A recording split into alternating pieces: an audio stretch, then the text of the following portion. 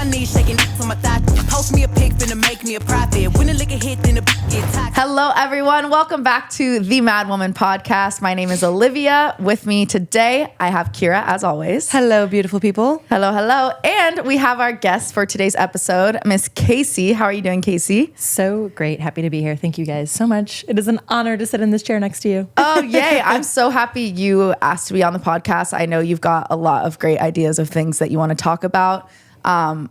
I would love to just start with hearing your experience with dance from the very beginning, if you have any dance experience, and kind of how it's evolved as you came to Madhouse and what that journey's been like for you.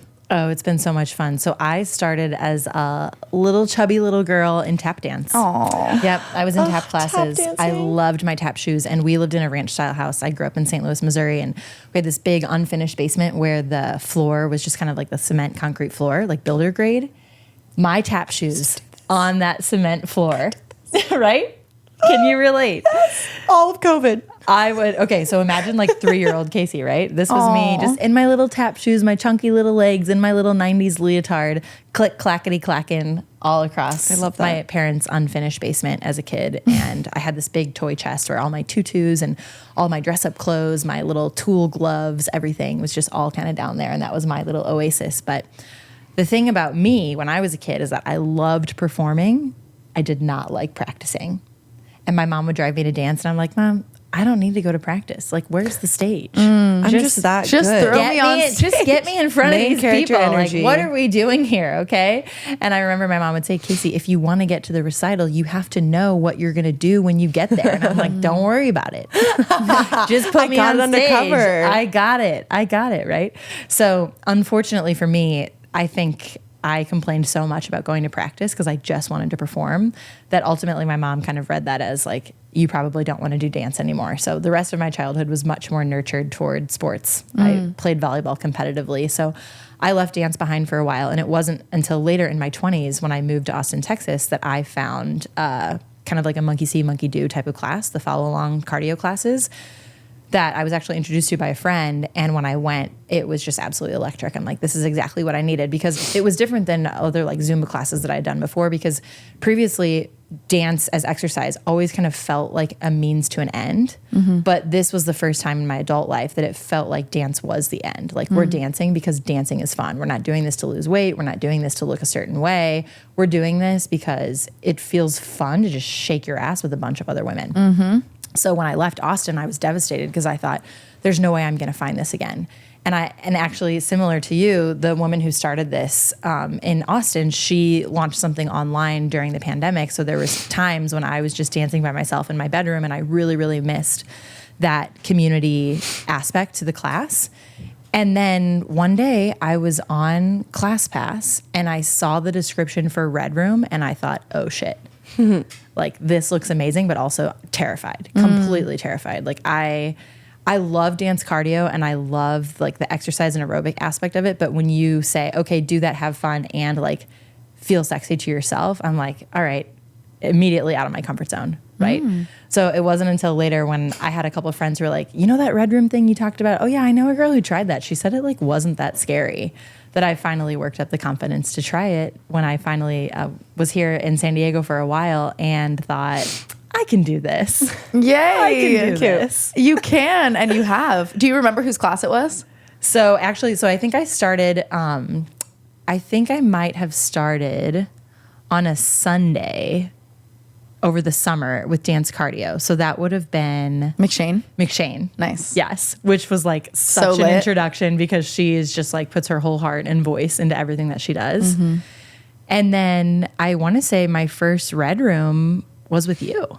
Let's freaking go. I think so. You tried dance cardio first. You came to Madhouse and you're probably like, all right, this is not that bad. And then you work into Red Room, which I think is great. That's definitely what I recommend for people that are scared of it. Like, start with the dance cardio. You're still going to feel sassy. You're still going to shake your butt. You're still going to feel cute and sexy, but you're not going to be like aggressively humping the floor. And that will help you. That will help you transition into the aggressively humping the floor, because you'll realize it's not that scary. Yes. And I think a huge factor for me too, and this goes like for yoga and other workouts as well, the fact that the lights are off helps so much, because the mood seems so much less of like, look at me, and more of like, how do I feel from the inside out, which has been a huge theme for me, kind of like taking back my dance practice since I was a kid, because I show this picture. Can I reach for my phone? I want to show you guys. I show this picture of me when No, you're not allowed, Kacie.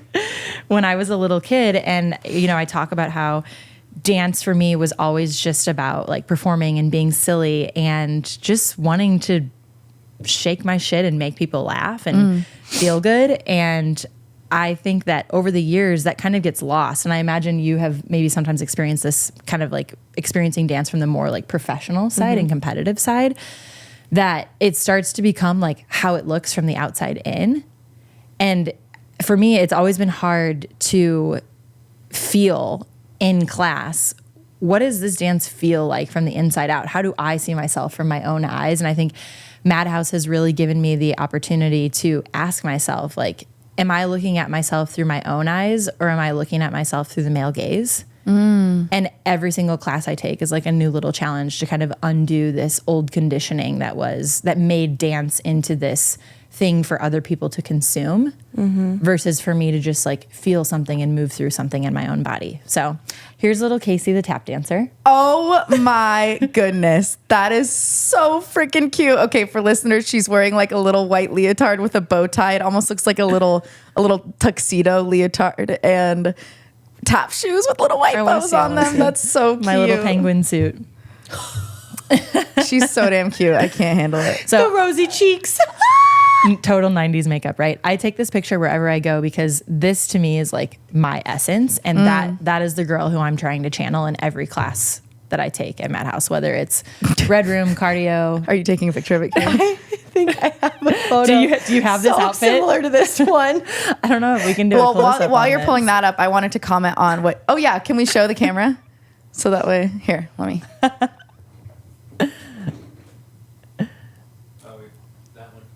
That one. I know I can find this. There she is, in all her glory. Thank you. I love what you said about how does the dance feel, and it's so easy for dance to fall into something that is for the consumption of others. And there's a time and place for that, right? A lot of professional dancers, like Kira, for example, are dancing because people are watching and people are paying to watch and they're putting on a show. But that's what's refreshing about a more casual dance setting in a place like Madhouse, where there is no performance element unless you want there to be. Like if you want to film your dance at the end, or if you want to like get better for a certain reason, but that pressure is removed. And even for myself, I have to remind myself to stay accountable, because as I've been dancing for more years now, when I first started Madhouse, I had zero dance experience. So there was very little care about what I looked like, because I just started it based on how I feel. And I have to stay accountable and remember that that's the goal and the mission of Madhouse, is how do I feel? Because now with a few years under my belt and taking more advanced classes and trying to move myself up, I find myself like being harder on myself and focusing a lot more on the technique and how it looks. And again, there's a place for that. When I'm in a more advanced technique class, that's the goal of the class. You know, the instructor would not appreciate if you weren't taking it seriously, right? But Madhouse is a place where you're not supposed to take it seriously if you don't want to. Yeah. But yeah, just like I find myself looking back at old choreography videos. I was just telling Kira about this and being like, ooh, I don't like that. I don't like the way that I looked. I don't like the way that I did that. And then having to catch myself and be like, but wait, it felt so good at the time. I remember how that dance felt. I remember how proud I was of myself. I remember that it made other people in the class feel good. Even if now I wouldn't choreograph a dance like that, this goes for any dance class, Red Room dance cardio, regular dance cardio, or choreography. At the time, it worked and it resonated with people and it resonated with me and it felt good. And that's what dance should be about in a setting like Madhouse. I completely agree. And it has to exist. Like, we can't only have places that are focused on technique and every detail. Like, that's great. And especially for people who are looking for that. But I can tell you guys both with full confidence, the reason why I pay the unlimited membership and why I have for like over a year now is because of the feeling that I gain access to when I go to class. That's it. And that's what I mean about Madhouse not being a means to an end. I'm not going there to lose weight. I'm not going there to tone up. I'm really not even like going there for the community aspect. I mean, these are all like added benefits, but that's not the why. The why is something is unlocked when that door closes, the lights are low, you stand up there at the front of class and you shine your light so bright, and I can feel it, because that's why I always choose that spot right next to you guys, because it's almost like I have to be in physical proximity, because I just picture this like light coming out of my chest and into yours and out of yours into mine, and there's something that's so powerful about that I haven't been able to access anywhere else, and it is you both fully being in your essence, your truest essence, where you're not dimming your light, you're not trying to make other people feel comfortable or like not take up too much space because you don't want to shine too bright because maybe somebody might feel inferior. You're letting loose, you're doing the head whips, you're letting your hair down, you're letting it jiggle, and you're giving permission to everybody else around you do that. And I have needed that in so many moments in my life. And that's what I am trying to access and just bottle up when I'm in class, so I can take that and practice it outside of the studio. Oh, that was poetry. So beautifully said. Oh my God. I love that. Very well said. Like, I definitely think that totally is what we do without even realizing it, because so much of life, like you said, you're just encouraged to be a little bit smaller, be a little more, quiet, be just smaller in all the ways. And yeah, not shine your light as bright as you potentially could, because it might make others feel less than or uncomfortable. And it's like, in that setting, in that room, you're encouraging every single person to shine as bright as they can and to be as big as they can. And so if you're not doing it yourself, you're just not practicing what you preach, So we have to get up there and do that. And I love that you're picturing like us all connected energetically like that, because that's genuinely what it feels like. Yeah. Like, I feel Totally. yeah, like I'm giving all of my energy and positive vibes to you guys. So I'm glad that you pick up on that. Absolutely. And I weirdly, whenever I have a moment where I can like run around the class, I feel like my brain pictures it. How do I explain this?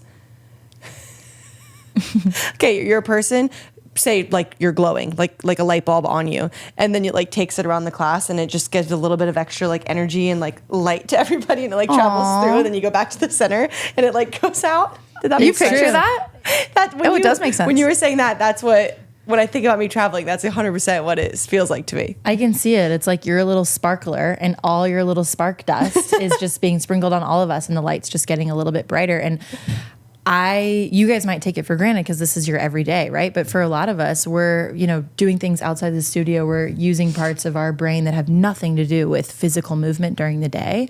And I think that's part of the reason why like Madhouse found me, or I found Madhouse at the perfect right time, because after, 30 plus years of being told, well, you're too this and you're not enough that, and you're too chunky for this and you're not tall enough for that, and you're not fast enough for this, and you're too smart for that, and you might threaten the man if you do it this way, and at work you need to be the boss and you need to be a leader, but you're also not like leaving enough room for the people on your team to shine. There was so much contradictory instruction on who to be and how to be, that when you go to a class in Madhouse, it's like, leave all of that at the door and just be whoever you remember who you were and are in this moment as this song plays.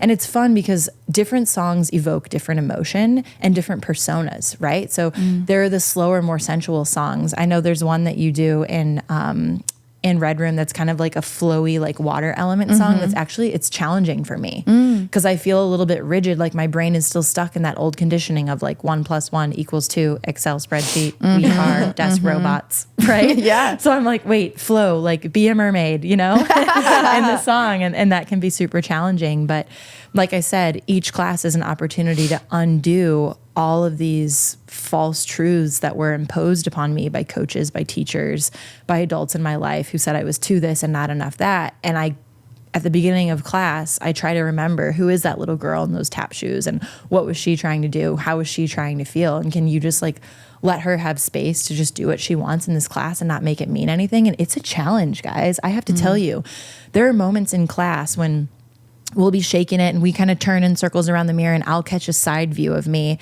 and I'll see my lower belly kind of hanging low in my shorts. And I think, ooh, that's not supposed to look like that. And when you have this thought about your own body, your vessel, this thought that something about you is wrong, that the way it is incorrect, as if it were a math equation that could be fixed or resolved, while you're trying to dance, you can be taken by that. And it's hard to stay in the moment when you catch that side glance. And so that's why I keep coming back, because I think, you know what? Today that thought crept in, but maybe tomorrow it won't have as much power over me. And if I just keep showing up, maybe one of these classes, I'll be able to look at my belly and think, wow, like this is my place of worship. Like that's my sacral chakra. This is where my life force comes out of. Like, let's be reverent. Let's worship this. Let's be thankful for this. And sometimes in different songs it comes out. I know you've seen me, like any Beyonce song or Yin Yang Twins, I'm like, I love this one. And then there are other songs that are definitely more challenging, but I think the whole act of just showing up and recognizing who really needs the floor here today. Is it the 4-year-old Kacie? And can all these other versions that had to take all this shit from adults in her life make space for this little girl to just shake what she wants to shake? And being able to do that next to women who are so in tune with that themselves is such a gift. It's invaluable. I love it. Okay, there's so many things that you just touched on that I want to elaborate on more. But first, the belly comment I love, because my whole life have had a really complicated but mostly negative relationship with my belly. And I remember being probably 4 or 5 years old and having just like a cute little like baby belly, but thinking that I needed to be skinny as a 4 or 5 year old. Like I have this memory, and I remember looking at my cousin who's 5 years older than me, who was obviously taller than me at that point. She's like 10 at this point. And she had a flat belly, and she could see like her toes over her belly. And I remember looking down and not being able to. And at 4 or 5 years old, however old I was, internalizing that I was too big. Young. How crazy is that? And like my heart's racing even just for recalling this. And this is a key memory that I've had to do a lot of work on and like deprogram basically in my mind. But having the freedom to look at yourself, and now like looking at myself in the mirror, and yeah, when my shorts rolled down all the way to my hip bones, like the belly is hanging out a little bit. And I have such a more positive relationship with it now than I have at any other point in my life. And part of it comes with just the celebration of your body jiggling in dance. We talked about this on an episode with Maddie Babbage a couple weeks ago. And just like the beauty of a jiggle, right? You want your butt to jiggle, so your stomach's gonna jiggle, and your legs are gonna jiggle, and your arms are gonna jiggle. And just loving that jiggle and loving every imperfect part of yourself, because like you said, it's your vessel. It's what helps you move. And being able to just affirm yourself and give yourself all the positive love and affirmations, that's what got me to the point of dancing and seeing that belly hanging out, where I would initially be like,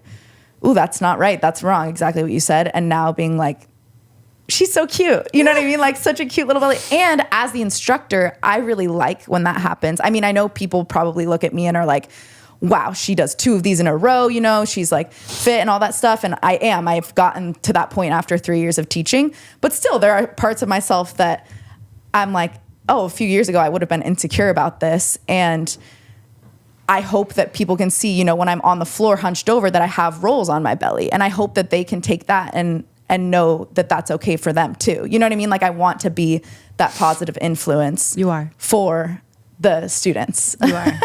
You are. And let me be a testament to that, because I keep coming back and I keep putting myself right to your right, because I feel that from you. I feel like it's okay. And that's why I think that, you know, Madhouse is this mecca for authenticity and rebellion, because in a world that tells us that we can't have a belly, that we can't have arms that flab, that we can't have thighs that shake, that your stomach has to be flat and tight, but your butt should be so big it hangs out of your shorts, and your boobs should be fully visible and plump from the side, and your arms should be these cute little dainty little twigs that hang off of you.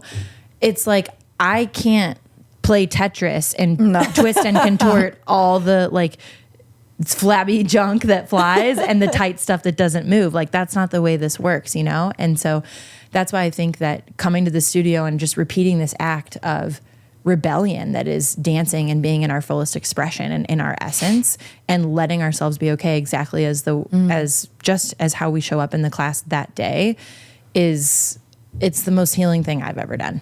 I love that. I want to listen to you talk all day. Yeah, you have a real way with words. Yeah. Yes. Thank you. I'm a Gemini. I'm ruled by Mercury, the planet of communication. You guys probably have some Gemini in your chart too. Let's be honest. I don't know if I have do. no idea. I'm just a crazy Aries. I just know I'm heavily Aries. That's all I know. The initiator, the first sign. It makes What sense. can I say? I love that. That's all. I don't even know my sun or moon. Are you a Leo? I'm a Virgo. Virgo. Okay. Not much Leo in my chart either. moon. Okay, because Virgo, Cancer, Capricorn. I love that. I love that. What a juicy combination. I'm just like juicy. a closet astrologer. I'm not actually really good at this, but I listen to it. But I know that you love to perform and I love to perform. And they say that Leos are kind of the performer, the ones who want to be in the limelight.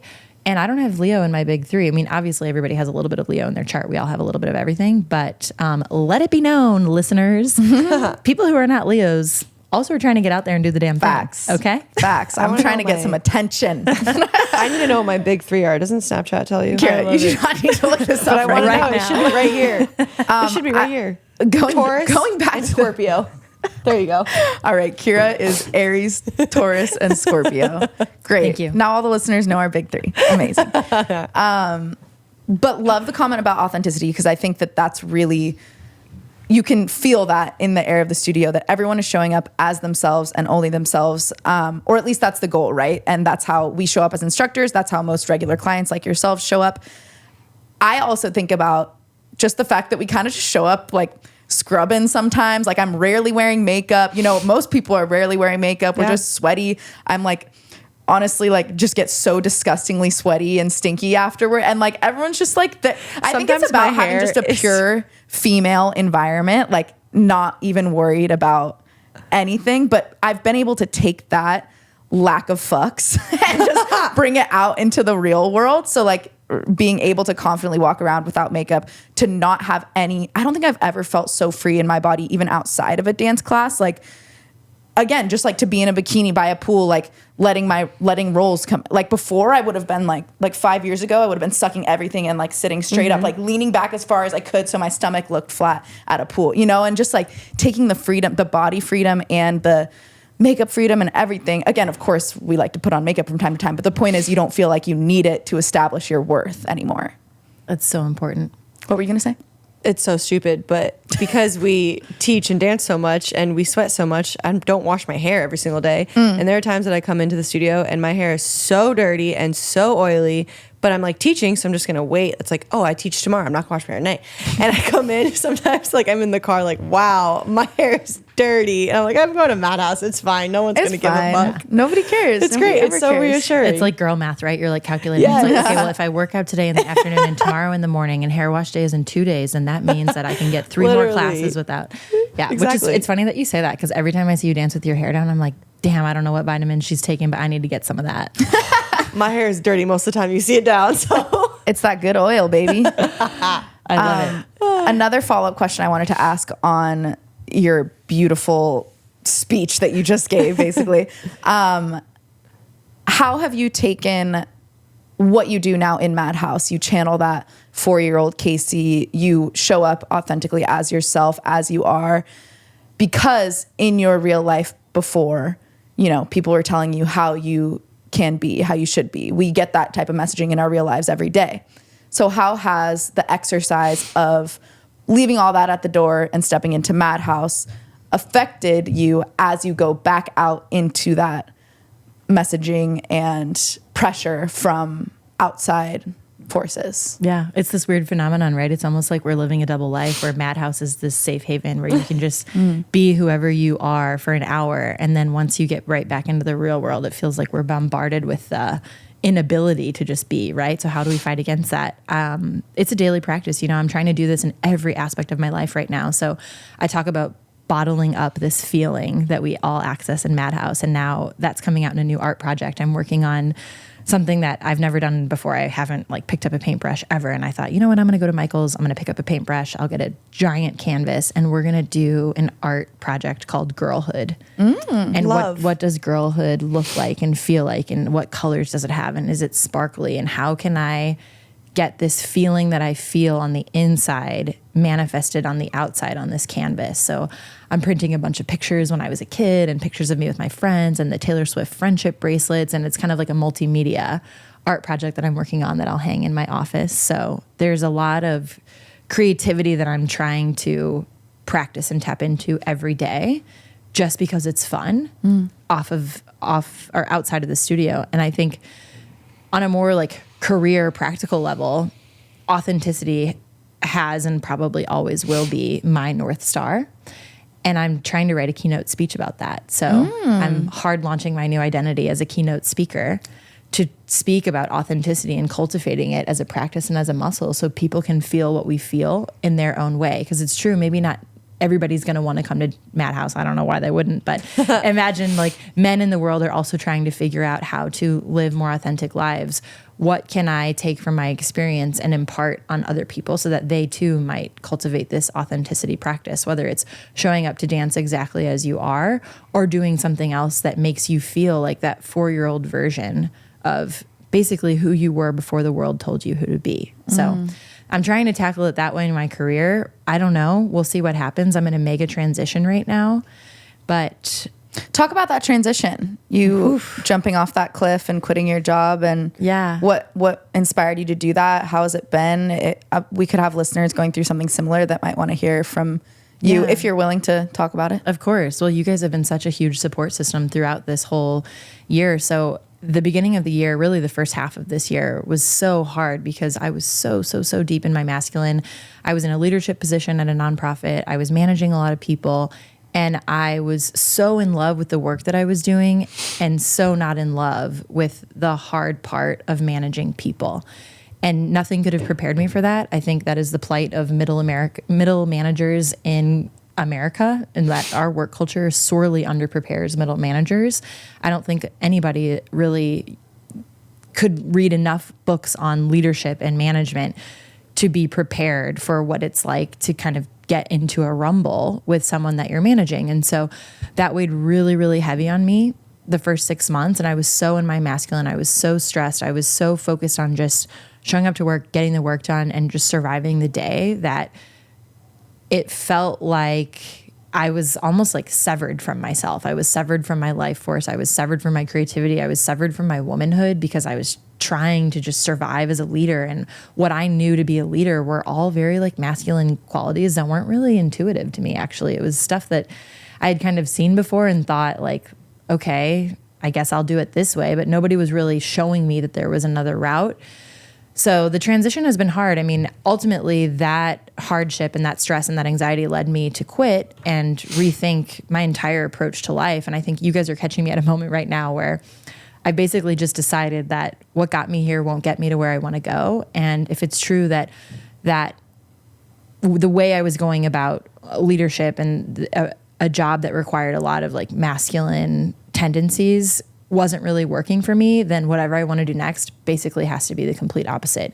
And that's where you see me trying to practice more creative practices, like picking up a paintbrush, doing an art project about girlhood, taking a softer approach to life, really like trying to do these dance classes from the inside out. One of the biggest problems that we have with creativity is a lot of people will have one eye on the audience as they're creating.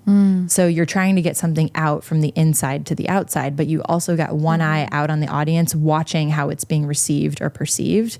And that can really block us as creatives because we're so worried about how other people are going to digest what we're putting out there that we can't actually just enjoy the art of putting it out. Right. And so that's why it's such a challenge for me in some classes to be like, Kacie, there is no man in this room. You don't have to see yourself from the male gaze. You're not being perceived right now. You're doing this dance from the inside out. And that's something that I have just been trying to practice. And I hope one day, if I ever do get back into a leadership position or building my own company, whatever that be, that I can be who I am from the inside out and not worry so much about how my team might be perceiving it. Because I think that's one of the things that really cripples new women leaders is we're so worried about how people are going to take us. Like, is she to this and not enough that? Well, she said that was kind of bitchy, but was it bitchy or was she just being assertive? It's like, oh my God, we're set up to fail before we even start the game, you know? And that just got so overwhelming for me. So now I'm just taking a complete opposite approach. And I hope that following my heart, following my authenticity, following my true desires, like you guys have spoken about on so many episodes, will lead me to where it needs to lead me. And I hope that whatever it is, that it's the truest, most beautiful version, and that I can be the meest me that ever me'd before. Because I have a question. If you could describe how all of this makes you feel, quitting your job, basically changing trajectory of your life, 3 adjectives to describe whatever you're feeling inside your body at the thought of what's going on in your life. 1, whiplash. Like, what are we doing and who's in charge here? Who's driving this crazy train? 2, proud. So proud that I had the guts to make a change. And 3, curiosity. Ooh, I feel love so those. curious. I'm like, how's this movie gonna end? Like the plot thickens. Okay. It's the plot, baby. We just talked about, was it last episode that we recorded? it's We were good for the talking plot. about main character energy, and yeah, you're giving main character energy right now for sure. It's not for the faint of heart. It's not. I don't want to definitely. oversell it. It's difficult to be the main character. It truly Absolutely. is. I struggle with feeling anxious about not earning an income.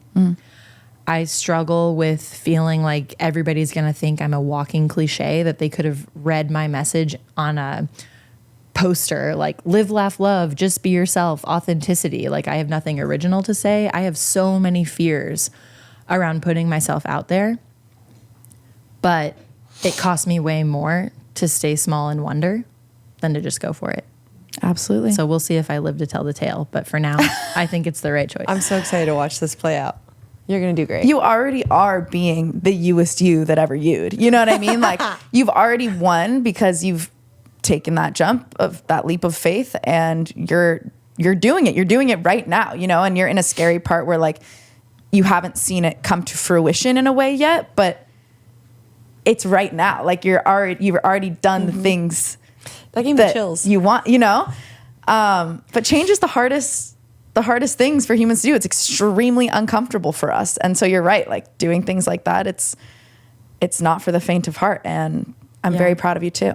Thank you. I'm also very proud You of both you. have been such a huge inspiration. And actually, I have a question for you, Liv, because I also wonder if you could think back to your day one, because I didn't know you at this point. I've only just seen snippets of it on the internet. But when you were doing the outdoor classes, before you knew that Madhouse was going to be this physical space, how did you regulate your nervous system if you were having stress and anxiety of like, well, is this going to be a thing and can I make a living from it? Like, were you ever like suffering at the hand of your own pressure? And how did you stay calm in all of that to just keep showing up? Yeah. For me,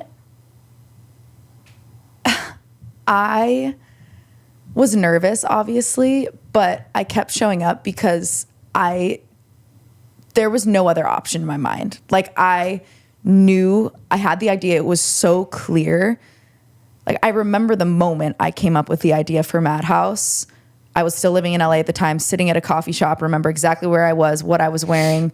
I immediately called my mom and was like, Mom, I figured out what I'm going to do with the rest of my life. I'm not even like making that dramatic. That's literally what happened. She started crying. I started crying. Like it just felt so right. Like and aligned. Yes. What's the word I'm looking for? Like synchronicity. I don't know. synchronous. Somehow synchronous. Thank you. Everything in my life came together in that moment. So there was a sense of certainty, and I was lucky to have that. I think that a lot of people that, you know, don't know exactly what their future has to hold. Obviously, I didn't know if it was going to succeed. I didn't know how I was going to do it, but ultimately I knew that I was going to do it. So for you, if you're like, I know I'm going to be a keynote speaker, I don't know how I'm going to get there or exactly what that path is going to look like, but I know this is what I want to do. I feel like that, and using that as an example, you might decide you don't want to do that, obviously, but because I knew that Madhouse was what I wanted to do, pretty much down to the T, what you see today is what I envisioned in that moment at that coffee shop, what I called my mom with and explained. That certainty kept me steady and kept me calm, because as nerve-wracking as it is to like take that leap of faith or to make the financial investment and all those things, like if I didn't do it, regret was more scary. And I think that's what you've talked about as well. Like you'll figure it out along the way, and you'll figure out if it works or not, whatever you do, whatever works, but you're going to figure it out no matter what. And if you didn't quit your job and you stayed doing all of that stuff forever, you would probably always regret it, right? Yeah, absolutely. that is what kept me calm. I don't know that I was like conscious enough of like regulating my nervous system at that point in my life. I feel like more of my like spiritual meditation stuff has come in the last like 2 years or so. And this was probably like 3 years ago. Sure. But I think, yeah, to answer your question, it was more just the certainty of knowing that there's really nothing to be stressed about because I have to do it no matter what. Right. So I'll figure it out or I won't figure it out. But either way, I'm going to go on that path because there's no other option at that point. Does that answer your question? It's really helpful. It's really helpful. And I'm going to just repeat that record in my head. I am. That's going to help me a lot. And I have a question for you too, Kira, if you're open to it. Of course. Because I know that you're also pursuing your dream of dancing and your dreams are taking different shape now. I know that you've always wanted to be a rockette and you've wanted to dance on a cruise ship. I wonder, have you felt, as you've been pursuing this, have you felt scared about making any sacrifice in your lifestyle to pursue your dreams? A lot of times people have this false dichotomy that if they want to be a successful actress, dancer, performer, whatever, that it means that they're just going to be, that they're going to be waiting tables until eternity, or they're going to like be stuck in their survival job. But I wonder if you have a different way of looking at it, or if you've had a different experience. It actually like makes me want to cry. You can cry. You can cry. Pursuing your dreams is worth crying about, honey. You said, "Oh, I'm gonna cry." It's okay, baby. Because, okay. The sacrifice to me when it comes to dance, and I've talked to Liv about this a lot. Oh, sorry, people. Don't be. Okay, well, I have Joe, a long-term boyfriend, those of you who don't know me. And when I think about, like, if I want to, I hate sounding like this. Do you need a sec? Okay. We can take a sec. It's just that if I really, I've been like, how do I word this? Take your time. My dreams have been shifting lately, and my whole life I've wanted to be a rockette and go to New York City. But I feel like in order to become a rockette, I have to go like balls to the walls, move to New York City, be immersed in the dance world of New York City. I'm so far away from that lifestyle. I was a lot closer there when I was in Pennsylvania and I did the Rockette Summer Intensive, yada, yada, yada. And I feel really far away from that. And now I feel like my dreams have kind of been shifting, but then there's part of me that's like, okay, maybe I do need to go balls to the walls because I can't give up on this dream. But then I feel like I'm sacrificing the life I have here in my relationship with Joe. And even though I know we can do long distance, and if he is supposed to be the one I'm going to end up with, it's all going to be okay. But it's a big deal. Like, there's different things I have to sacrifice. My parents just moved here. I'd be sacrificing. I finally live by my parents again, and we have family dinners every week, and sacrificing Madhouse. There's so many things I feel like I'd be sacrificing depending on which route I take for dance. I kind of forget your question, but no, yes. you answered it. I mean, that is a tough ultimatum. That is a tough one. And I wonder if you feel still like the goal, the dream of being a rockette is still feeling aligned, like it's something that you want to do, and like you have felt like you just had to. There was no question, like, this is it, I have to do this. Or if it feels like this old lingering to do. Well, I think that's kind of what I've been trying to figure out, because the bottom line is that my feeling of what I need to do every day is dance, period. Whatever that means for me. I know I need to dance. And I also have a really heavy pull towards traveling. And so I think that that's one of the reasons I've always wanted to do a cruise ship. I've just always wanted to dance and travel. And I grew up just being a little girl in love and obsessed with the Rockettes. And they're amazing. And I loved doing the Rockette Summer Intensive and learning from them. But yeah, now I'm questioning, do I feel as aligned with it? And I couldn't even answer that question right now. Because part of me, when if I were to say, no, I don't feel aligned with it, part of it seems wrong. And I don't know where that part is coming from. Yeah. And I can't tell if it's me, if my dreams are changing and that's okay, or if it is part of me saying, no, Kira, you have to do it. Or it's like, no, it's okay to let it go. Like, your dreams change and you move on. And there's so many other ways I can fulfill dance and traveling without moving my entire life to New York City and being a Rockette. This reminds me of what you've said, Liv, on an earlier podcast, that we have to be open to things taking shape in ways that maybe we hadn't realized. Yeah. And we were I- talking about that, like being able to let things flow in that want to flow in. And that, I think, has been a really, really hard lesson for me on this pursuit of authenticity and dream chasing, because I feel similar to you in that when I get an idea, I'm pretty sure my idea is right. And that's how it needs to be, right? And so there have been things that have happened in my life too that have redirected me, that have actually been a pleasant surprise. Yeah. San Diego being one of them. It was not on my radar to live this amazing life in San Diego. Like, I had other plans. It also was not on my radar to get married at 26 and a half. I had way other plans. Wow. And those have been these moments of subtle redirection where I'm like, wow, even if I had rewritten this plot 10 times, I would have never come up with that. Mm-hmm. And like letting go and making space for somebody else to call a shot that maybe was better than what I had in mind almost had me cross my arms like, yeah, I'd like to see you try. Mm-hmm. Invisible force who I don't actually know. Mm-hmm. Who am I talking to? So I wonder if that might be at play here, but only you will know what that feels like. But I think what I'm taking away from this is that authenticity is never just this clear, perfect, cut and dry path, that we're constantly figuring it out and iterating. And sometimes it's not obvious to know like what you feel in your heart. Sometimes you got to try something, stumble, mess it up a little bit. I don't know. I feel like I'm on that path, but I can tell you both, when I'm in Madhouse and I'm dancing next to you and I feel your electric energy and your alignment and your presence, feeling the music and just moving your body in a way that it's almost like the lyrics demand that you move the way you move. Like the way that you guys do your choreo. Shake that ass. Yeah, they are quite literally telling us what to do. But it's almost like the moves that you come up with go so perfectly that like it feels like you're almost in relationship with the music. Like there's two people kind of conducting this magic. And to feel that, again, it's like I just want to bottle it up and I'm taking it wherever I go. Like it's been such invaluable life lessons that have happened and occurred in these classes that you might not even be aware of when it's all happening. But honestly, I feel like I'm not aware of it in the moment. Like you're just so in the moment teaching that dance class, and it's great and it's so much fun. Like you can never things. Yeah, we have tons of things going on in our mind as we're teaching. Yeah. The more you do it, the more you're able to pay attention to everyone else in the room and like soak up that energy and read the energy and all of that. But we're just having so much fun, truly. Like it's always a good time. But hearing that from you, and when people choose to share how it's impacted them or whatever, you're almost like brought back down to earth and you're like, oh gosh, this is actually like changing people's lives, which is crazy. Because you go through your day to day, you're like, okay, got to make 3 new songs for class tonight, blah, blah, blah. And it's just like, it's work for us. You know what I mean?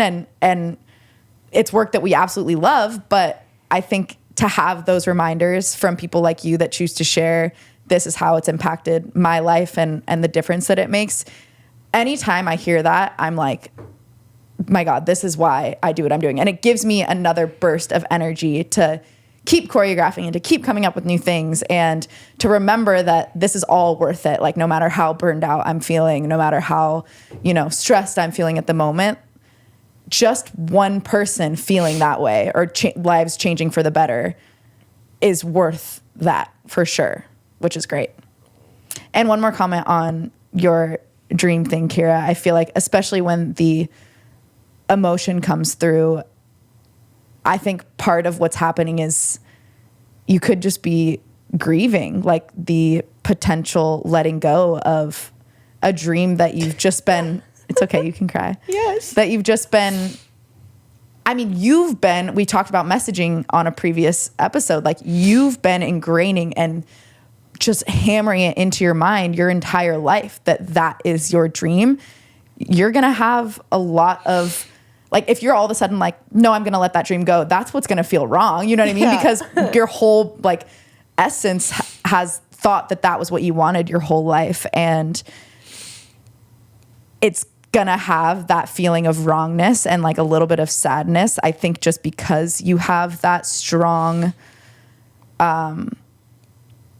lifetime belief that was your path and that's what you need to do. And the reality of that might be changing is just a loss. It's just a little bit of grief, but like there's so much beauty in being flexible and knowing that you're still achieving all the things you wanted from those dreams in a different route. Yes. And I'm so proud of you. You can't see me, guys. I'm crying. She's crying. They can hear you. It's so special though to witness this because I also forget that you're 23. I'm 32, by the way. Oh, nice. And I have just like idolized you both for so long, and you just have the wisdom of these like wild women who have lived thousands of lives. But it turns out maybe you've only lived 100. I don't know. You're 23. And it's so refreshing to be around women of all ages who are putting their whole heart and soul in everything that they're doing. And like, this is something worth crying over. Like, this is your dream. This is who you are. This is what you want. And it's exciting and it's terrifying. And it's also weird to be living the day to day of something that you maybe never expected for yourself. You know, like, could you have predicted 3 years ago that you were going to be doing what you're doing now? Not at Madhouse, no. Right? That's what I mean. It's like, can we leave space for these subtle pleasantries, these little surprises that come along the way? And I'll be the first to admit, like, I was not a person who made any space for surprises. I'm like, I know my plan. I know where I'm going. And anybody who gets in my way, like, God bless their soul. Like, when I met my husband, I'm like, yeah, okay.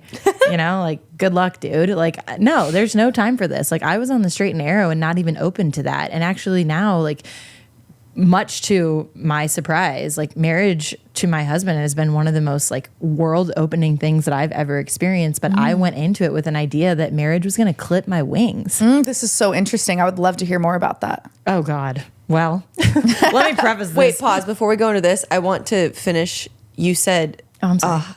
just because I know we're going to go on another tangent. I'm going to forget what the sentence, but leaving space for new things and talking about like your younger self. To end my crying on a better note, I would like to say that little me, like, sometimes when I think about the future, it can be overwhelming, especially being young. All of us are still young, but it makes me feel overwhelmed at times. Like, it's in your 20s, like, it's just, you know, there's so much talk about your 20s and what you're going to do with your life, yada, yada. And if I just need to remind myself, like, little me, I'm living the dream that little me used to think about. I used to always want to teach dance and travel. And Olivia pointed out to me that I can separate the two because in my head I always thought I had to do them together, but I can separate the two and it's totally okay. And I'm doing that and I feel great with that. And I'm happy that I found Madhouse and I have this and I am living my dream now in a different way than what I thought it was going to look like. Yes. That's Great. so special. Now husbands. I love that. No, believe me, your topic is way more exciting than this. I guess I always feel really self-conscious about talking about this because I know that there are so many women who have strived for marriage, and I don't like to dismiss this as a goal or a dream in life. Of course, but to each their own. We've talked about this. It's true. I never aspired to marriage. I grew up with my mom telling me, probably don't get married and don't get married as young as I did. She got married when she was 22. My parents have been happily married for like almost 40 years. So like I'm one of the few children whose parents are still together. And it's been great. And my mom was a working woman from like me being at 6 months when I went into daycare. And the examples of women that I had around me were very, very career-oriented women, very hyper-independent, hyper in their masculine. I didn't know any other way until I moved to California and met all these like tree-hugging hippies who just wanted to flow and like float in the ocean. And I'm like, hey, that sounds good too. Teach me how to do that, right? So you can imagine the identity shift that's been occurring over the last 5 years. But I went to school in Spain and I ended up meeting my now husband like 4 months before I had to leave. My student visa was up and I was on my way back to the US and I had big plans to move to DC or New York, work in international aid, use Spanish and political science. That's what I studied, and basically just go save the world as most college graduates think they're going to do right when they get out of college. So life had other plans. I met this guy. We started dating. 4 months rolled around pretty quickly. I had to come back home and I thought, well, now what am I going to do? So we were in a long distance relationship for basically my entire 20s. I met him when I was 22, long distance dated him until I was like 26, got married at 26 and a half. And we've been, I guess now it'll be 10 years of knowing each other in next year, 2024, and 6 years of marriage this November, which totally blows my mind. Wow. I don't feel as old as that sounds. I don't know what we were supposed to feel like when we're 32, but in terms of like having your life together, I thought that 32 would be a little bit closer to having your life together. It's not.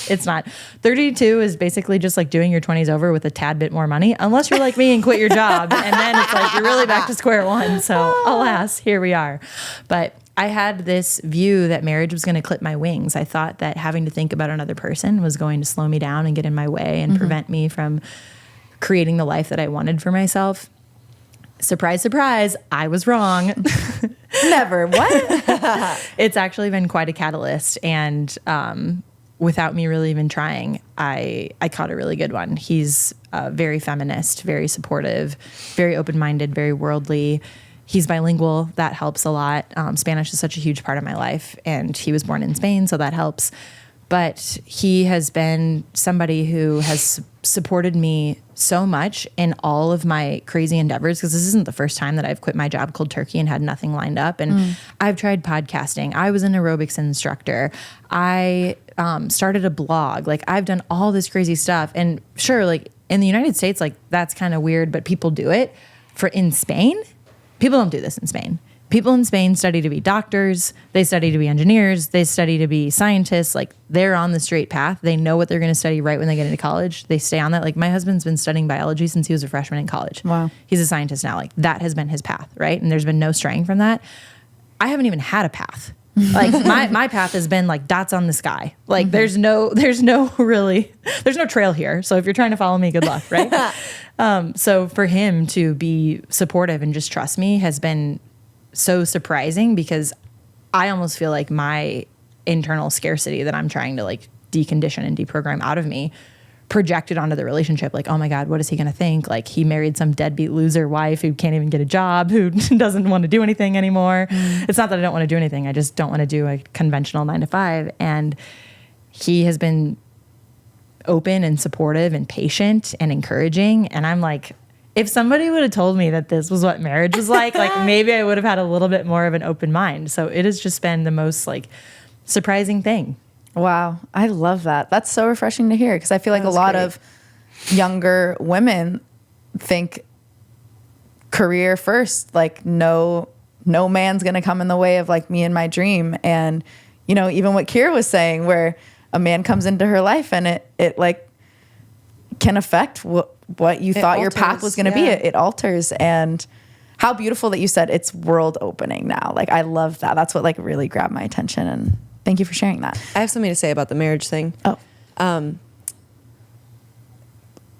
this made me realize that I think it's kind of like a subconscious thought, because I don't really, in my head, I'm like, even though if Joe is the person I'm going to get married to, in my brain, I'm like, I don't want to get married till I'm in my late 20s, because to me that means I get married, I have kids, and I am a stay-at-home mom, and I'm like not living my life. I'm living my life for my kids, which is a really weird subconscious thought, because it doesn't need to be like that. Marriage can be wings. You could be flying. It could be amazing. But for some reason, you like grow up in a world where it's like you get married and that's it. You're a mom and you have kids right away, and there's not even like enjoying marriage together for a little bit type of thing. So that was a weird thought that came to me for that. Hey, you'd be surprised. It's not that weird. It's quite common. And I think I definitely shared a lot of that too. Ultimately, like, I'm child free by choice. I had that decision made mostly prior to meeting Yvonne, but really solidified when we got together. And he too is also child free by choice. We don't describe men in that way, but I believe that we should. interesting. So consider this my official declaration. Love it. Men too can describe themselves as child free by choice, as if this decision were being made in a vacuum. It's not. It takes two to tango, people. But I do understand what you mean. And I actually had similar views. I thought that I was just going to basically get married and shrivel up and die, that I would have no life anymore. Yeah. And just like, have to like think about somebody else and just like say goodbye to my dreams and just like, I don't know, cook dinner every night, which was so weird, because like that's totally not the example that I had. But I don't know. I mean, I was young. And that's not the example I have too, but it's like where does this even come from? But it's in my brain. Like, I think that, but I don't know why I think that. Societal programming, people. It's powerful stuff, man. But luckily nowadays, I do think that we have examples of women who are choosing to be mothers and who also are choosing to invest a lot of time and energy in their relationships. Actually, I told you guys about this retreat that I'm going on later this week. The whole premise of this group is like women tapping into their desire and making sure that marriage is defined by them and not these like conventional definitions of marriage. And nowadays that can look like everything from open relationships to fluidity in the relationship to taking your kids on wild adventures and educating them in an RV across the national parks of the US instead of going to typical like K through 8 school. I mean, there's all kinds of examples. If you look for it and you're wanting to like get in touch with women who are kind of living in ways that totally go against whatever those preconceived notions you have in your head are, you'll totally find them. That's so awesome. I love that. How interesting. I can't wait to hear how this retreat goes for you. I'm kind of nervous. Me but too. if I can meet more people who are living authentically, especially in regards to a relationship with a man, because I think too, sometimes about marriage, we think like, oh, you know, you just get married, the pursuit is over, and then you just live happily ever after. That's not really how it works. At least I'm finding out 6 years into my marriage, 10 years into the relationship, this is a plant that requires constant watering, and also what I wanted or what I thought about myself and how I was in a relationship is drastically evolving as I become more of a woman, much to the thanks of the classes at Madhouse. The deeper I get into my womanhood, the higher expectations I have of connection in my marriage. You know, and they say like, can a man really handle a full woman? Well, let's find out. You know, like what does that even mean for us? Find out. Wait, this goes so, sorry, I didn't mean to cut you off, but I really wanted to hear about your journey with like your sensuality and your sexuality. And I know the Madhouse classes have helped you embody your authenticity in an even bigger way, but if we can relay it into that too. But sorry, finish what you were going to say. No, you're right. This is a perfect time to talk about that. Silly me, just going straight to career and not even No, talking I about love it. Are you kidding me? We talk about career all the time in here, but I like both. I mean, both You're are right. such huge parts of our life and Yeah. so intertwined in ways that we don't even really realize. Well, let this just be an example. It's a lot easier for me to talk about my career because it's so socialized that it's a lot harder for me to talk about sensuality, and even like talking about my body and getting that side view of my belly has just been hard to even say out loud, because obviously on paper there's this pressure to be like this beautiful like Coke bottle of a woman. I am not that. I most of the time feel like a pretty potato, but a potato nonetheless. But whatever, every day we feel something different, right? But I think had you asked me when I first saw that Red Room description on the ClassPass app that I had, I would have said, what is sensuality? Like, what are we tapping into? I don't even know if I even have that. And I think that being in the hypermasculine and being on the career-driven route, so tunnel visioned, is part of the reason why I felt so severed from my body, is that I had been so educated and socialized and conditioned to over-identify with my brain, be the smartest, be the best, get the straight A's, have the high test scores, graduate summa cum laude, impress them with your brain, that was safe for me. It was safe for me to be the smartest kid in the room. It was not safe for me to be the hot girl. It was not safe for me to be the girl that people had crushes on. Nobody had a crush on me when I was a kid. Not that I know of. Nobody worth pining over, that's for sure. And it's a hard thing to say out loud because I feel a little embarrassed about how much it's affected me as an adult, but I was just reflecting on this as I was driving down here. When a girl doesn't feel wanted by a man, the feminist in me says, yeah, good, who needs them? But the human in me says, wait, but that little girl wants connection too. And she shouldn't have to comply with this list of 10 requirements about how she needs to look and how she needs to be before she can experience that connection. And that's what I mean about really coming into my womanhood through Madhouse classes and having that transform my marriage a little bit, because now I'm like, oh, if I can feel this in myself, if I can be okay with this in myself, if I can even learn how to define what my sensuality, what my sexuality is in myself, then I can share it with my partner. But I can't expect my partner to unlock anything in me that I haven't already unlocked in myself. And let me tell you, it's been a ride. Watching you guys do twerk push-ups in Red Room has been the best education. Truly. So thank you Education in both. what way? education and just how to move. Like, Yeah. wait, Kara's like, look back at it. Look back at it. I'm like, all right, I guess we're looking back at it. What an educational moment. Like, what are we doing, PBS kids? Put these two on. Oh my God, please no children allowed. I should preface this with the fact that I grew up Catholic. Very So interesting. purity culture was ever present in my childhood. I went to Catholic school, actually my entire life. I went to Catholic university too. So you can imagine the purity culture is very deeply ingrained, and not even beyond just the purity culture being so ever present was just the fact that sensuality, sexuality, and womanhood weren't really topics of discussion.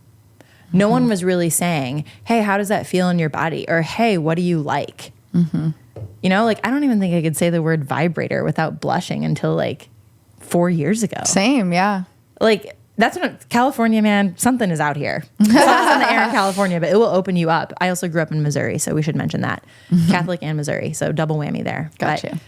But the journey to more authentic sensuality is one that I'm very much still on. I don't fully know what that looks like and feels like every day. Oftentimes I feel like my biggest obstacle is that little gremlin in my mind who says, you're not good enough. You're too chunky here. You're too flat there. It could be bigger over here.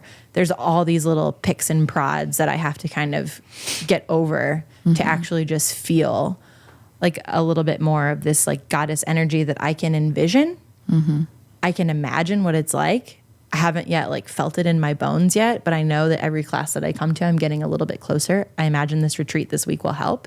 But it's something that I want because I have seen how you both unlock something in other women. I have felt how you make other women feel something in their bones. And that's what I want to do. I don't know if I'll do that as a dance instructor, but that's what I want to do as a speaker. Yeah. I want to make people feel something. I want to make people feel like whatever they want for themselves is possible.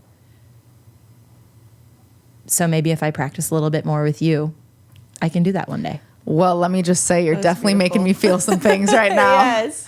No, you're an incredible speaker, and I'm honestly, blown away by you're asking us questions on our own podcast. You have the most like wise, incredible things to say. Like, you are a keynote speaker, Kacie. We were sitting on the car here. you. I pick her up and we were talking about how well spoken you are and how this conversation would. So I was like, I didn't really prep for this episode that much, and Kira was like, I think Kacie's gonna have it in the bag. Oh my God, like, you're right. I love that. No, that reminds me. When I was a little kid, talk about like being told you're too much or not enough that, or you're just right, whatever. I remember a parent teacher conference. My third grade teacher told my mom, you know, if I'm ever sick, I'm not going to get a substitute teacher. I'm just going to put Kacie in charge. I love that. Kacie can handle it. And then she went on to say, and just so you know, a lot of teachers aren't going to like that.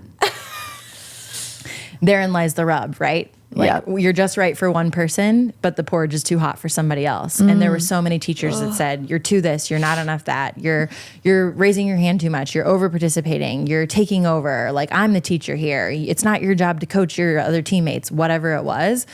That, like, if you start to believe that loop, it's scary to just show up as yourself. Because I'm like, well, what if it is too much? What if I am alienating people? What if other people want to shine their light and I'm not letting them? I don't know. It's like, what do you believe? And as a kid, you don't even know what's true anymore. But thank God you had that one teacher that recognized that in you. She was cool. Well, thank you so much was there anything else you wanted to share with us? I know that you had a few things, or did we touch on them all? I think we got to everything. I just feel so eternally grateful that Madhouse is this safe haven for liberation and rebellion. And I cannot thank you both enough for putting your heart and soul into everything that you do. And it might seem some days like you're just getting through the list of picking the songs and going through the choreo and folding the towels and restocking the drinks and all this other stuff. But those little tiny acts are part of this bigger paradise that you've built for women like me to come and just feel like themselves. And I can't imagine what life in San Diego would be like without this place. So thank you. Wow. It's Love so you. special. We love you. Yeah. Thank you for bringing your authentic self here and teaching us all about what it means to be the meest me that has ever been. No, That's gonna be seriously. in a Dr. Seuss book.